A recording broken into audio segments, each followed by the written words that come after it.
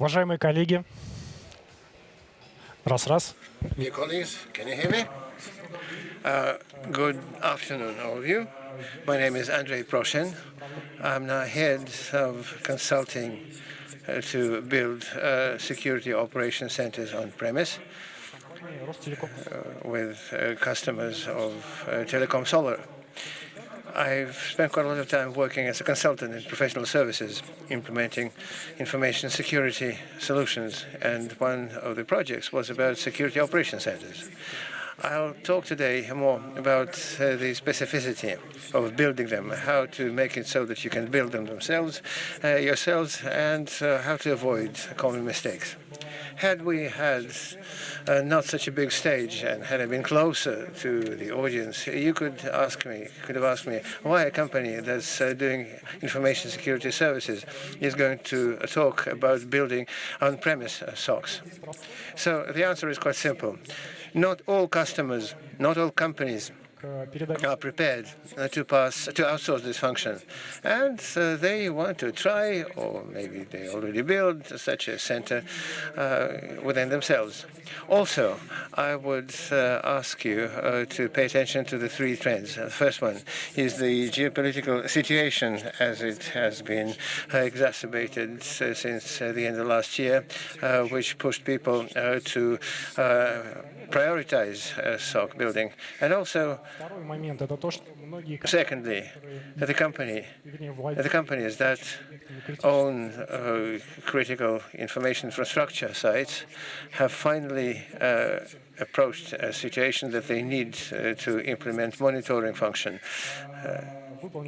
They have done categorization, implementation of information security infrastructure, and have now passed to the next stage. Also, and the third factor was that in the beginning of May, a new decree of the President of the Russian Federation has been published for additional requirements to information security in the Russian Federation. This applies to both federal executive power bodies and other organizations. So all this led to a situation where the number of requests and questions about building your own SOCs has grown considerably.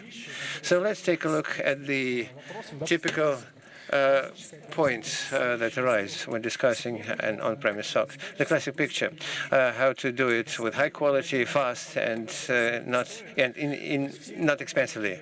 Actually, this can all be implemented. This can all be complied with.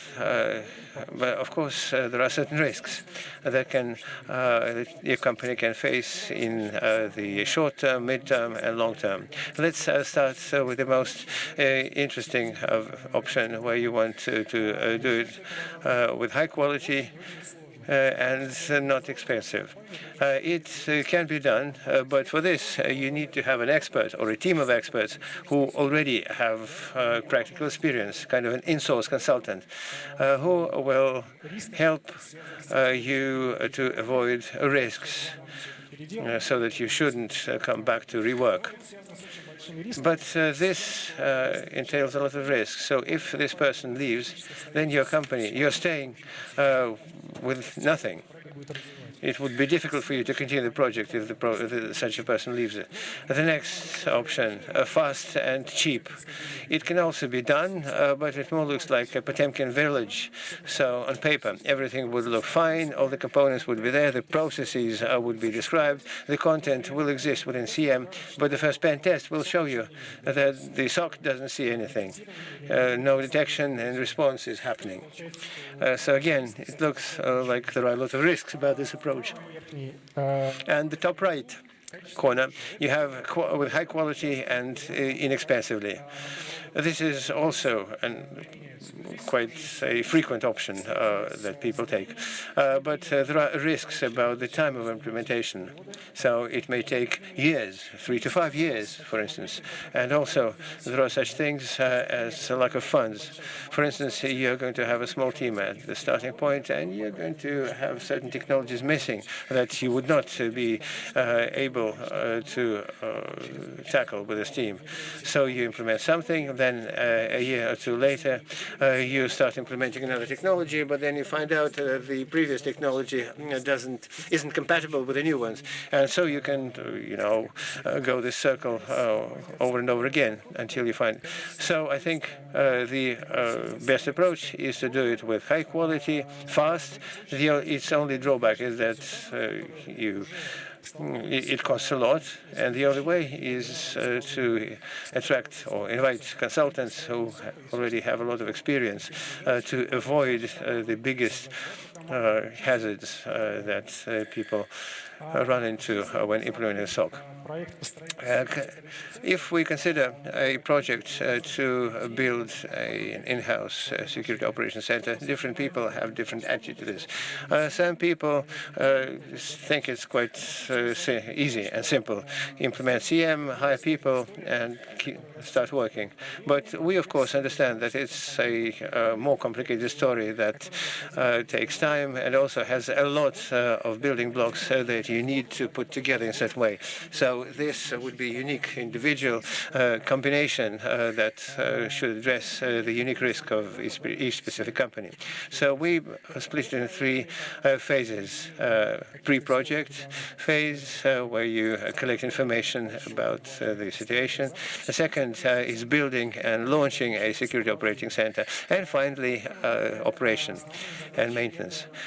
So at the pre-project phase, the main goal is to understand the risks or inadmissible events that can affect the company's business. All this requires either to build a SOIB or a security operations center. If the SOC is already there and you want to modernize it, then a maturity review would be useful. What to do so that it could move to the new level.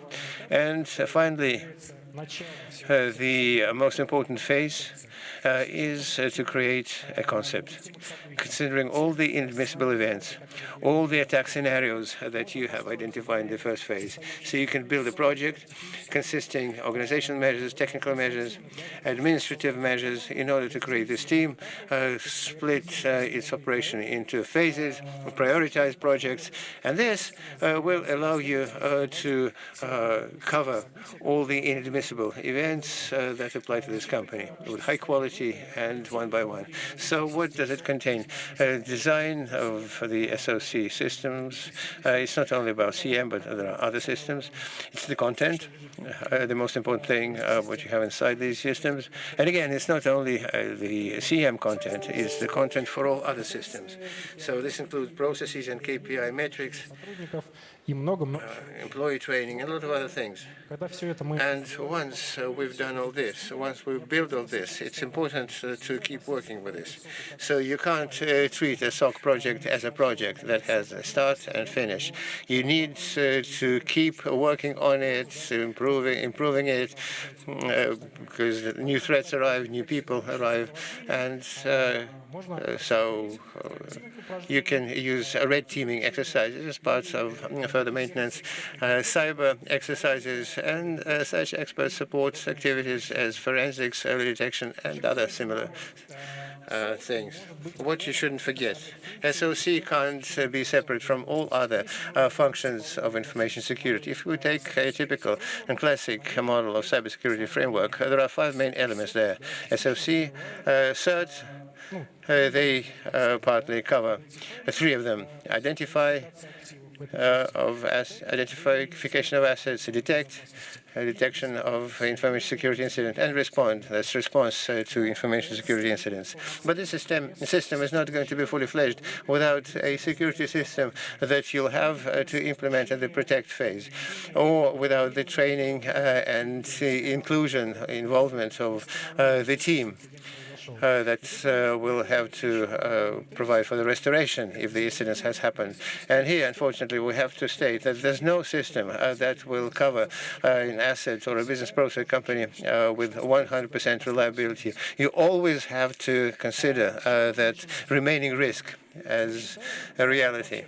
What you should start with. There are two approaches, but we believe that the right approach to build an SOC, because it requires a lot of investment, both direct investment and in terms of the efforts of those people who work in the company.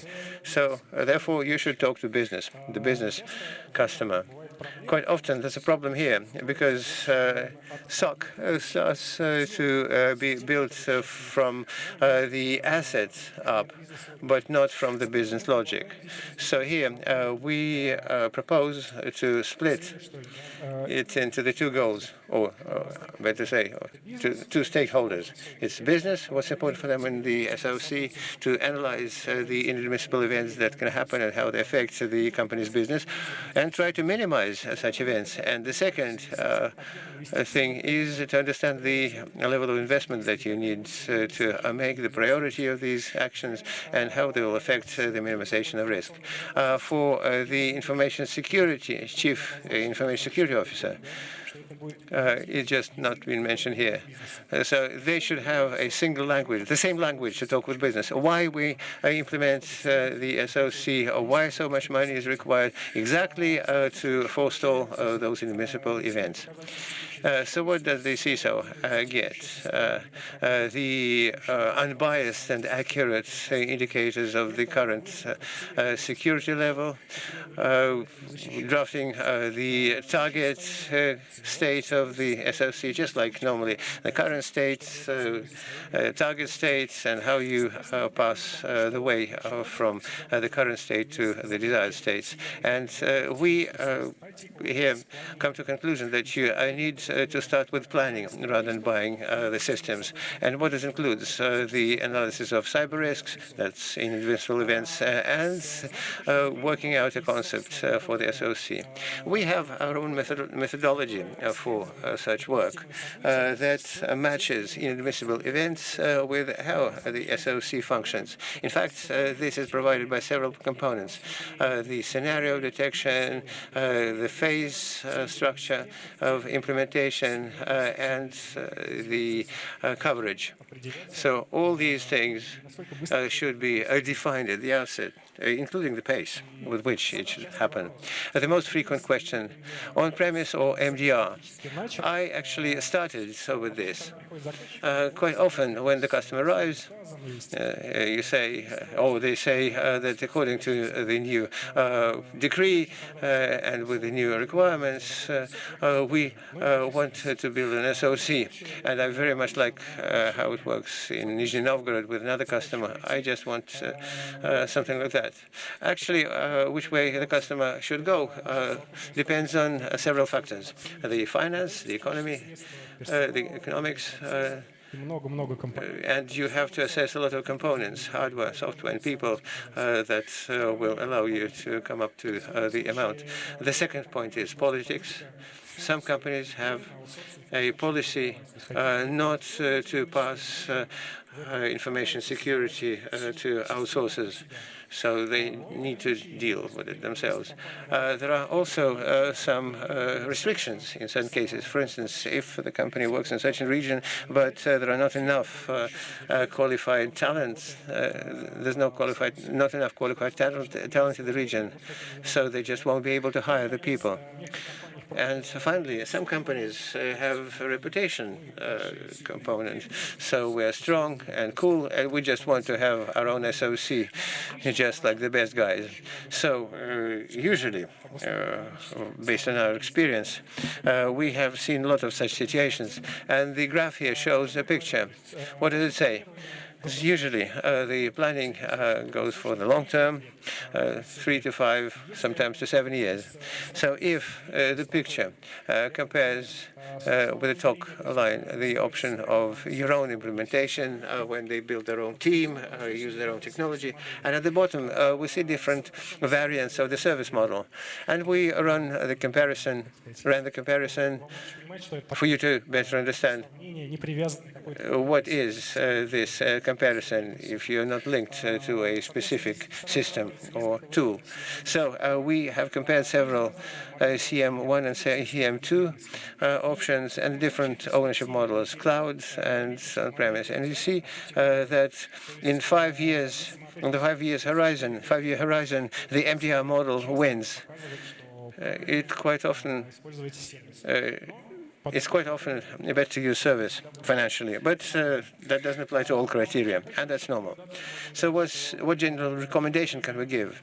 Even for the time of implementation, when the company is building something of their own, it's not the best thing to pass. It's actually useful to pass some function to an outsourcer, just to learn how the not to outsource certain functions. Firstly, to give some experience to your own specialists, and also to get experience responding. So you'll have to respond whether you outsource these functions later. But before that, you need to do it yourselves. And the third point, you'll do a fast start, and we'll start returning the investment that the company is making. A risk-oriented SOC. Does this concept exist at all, and does it make sense? Well, it's a matter of debate, actually. I've already spoken about two different approaches. Start from assets and start from risks. I believe that the risk-oriented approach is very promising. It indeed helps setting up and implementing a security operations center project correctly and with the admissible risks. This is not a new methodology.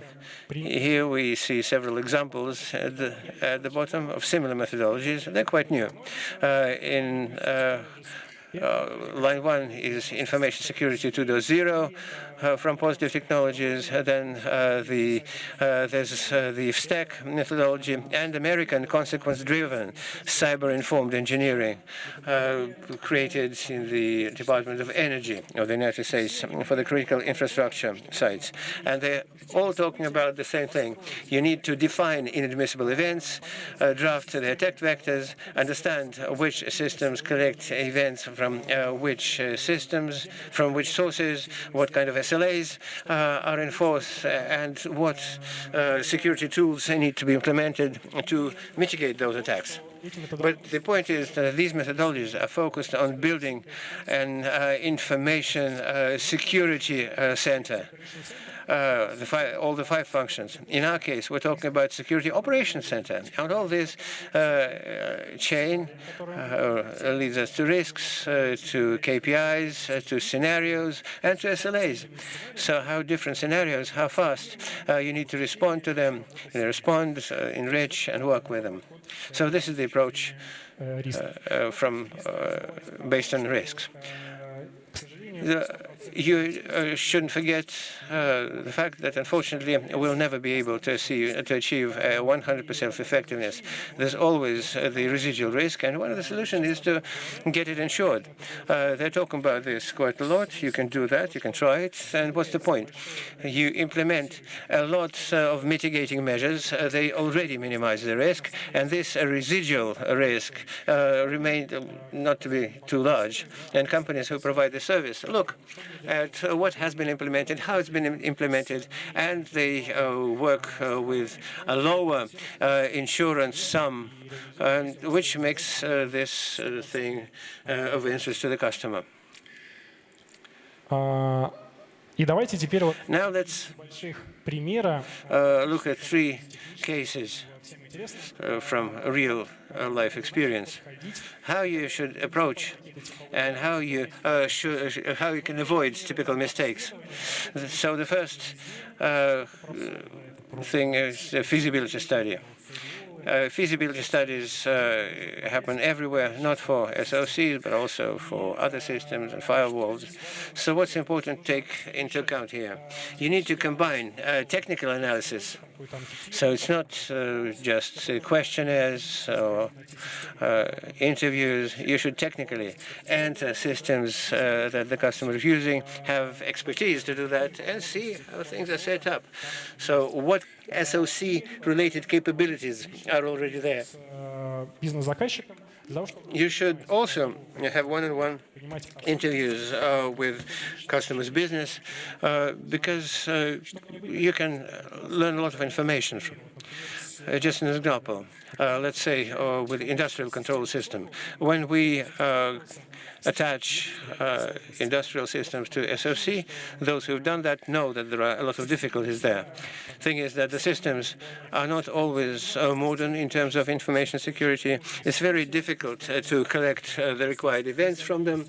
If they exist, they don't have enough information. And there's the general problem of installing anything into an operating environment. And in order to understand how the SOC will work, we are offering an opportunity to roll out, to deploy the systems that the customer has on our test beds, including PLC or SCADA systems, and understand what logging capabilities exist, how they can be set up, and then you can come back to the customer showing them the solution that's already been tested. In this case, we give a detailed presentation of the function of these SOCs function that you can provide. The next point, CM content. Many people understand it as precedent rule that exists in the CM system. In actual fact, it's not exactly this way. Content consists of a lot of diverse information, some lists, exclusion lists, for instance, that are used by the correlation rules so that incidents should work out and the analyst could work with them. These are connectors, normalization rules, enrichment mechanisms, and finally, these are mock-up files for the dashboards for the analysts to see the information. So the process of implementing of passing some content to the customer is not as simple as it would seem. You shouldn't approach it as project FT. So you've implemented CM, you've implemented the content, and so please, dear customer, use it. Unfortunately, it doesn't work. You need to do three things in parallel. First, to develop a process so that the people who are going to work with the incidents should understand how they work, to understand the output, the outcome, and could affect the work through the exclusions. And secondly, it's the third line of work, so that the CM engineers could understand the structure of this content and could develop, enrich it, and modify it through their own efforts. And the third item is training. You need to train the teams, not only just train, but also to do the evangelization, as we call it, when we need to explain to the customer why the structure is like this, why it works like this, and why is it correct, so that they could get inspired by that and could work with that. So on the output, you have the project and specialists who can maintain and develop it further. And finally, the third point, incident response, is called so-called playbooks. What is this? It's a certain algorithm with responsibility areas with SLAs and a flowchart of how the response team of the SOC and CERT are going to work with an incident should it happen. So there's a subtle point here. Usually, when an SOC is implemented, the number of rules is measured is in dozens and maybe even hundreds. So to develop a playbook and to maintain it in a workable condition after the implementation is not the simplest of tasks. So, as a solution for such large projects, to use a catalog of atomic rules. In the playbook, they often use the same between different playbooks, and of course the consultant methodologies takes a lot of time to draw it up for each process. So the catalog of such atomic rules allows people to refer to the common things. So if you want to change something, you do it in the catalog rather than your specific process. So it applies both to a manual response definition and automated approach. In the automated approach, this catalog approach is very useful. And the output, we are getting a reduction of costs, both in the implementation and in the maintenance of this playbook set further on. Conclusions. First, please bear in mind those inadmissible events. Match the SOC structure to them and to the risk analysis results. Second, consider all stages of building an SOC, not just the CM and hiring. Look at the picture broader. Support interaction between teams at the implementation phase.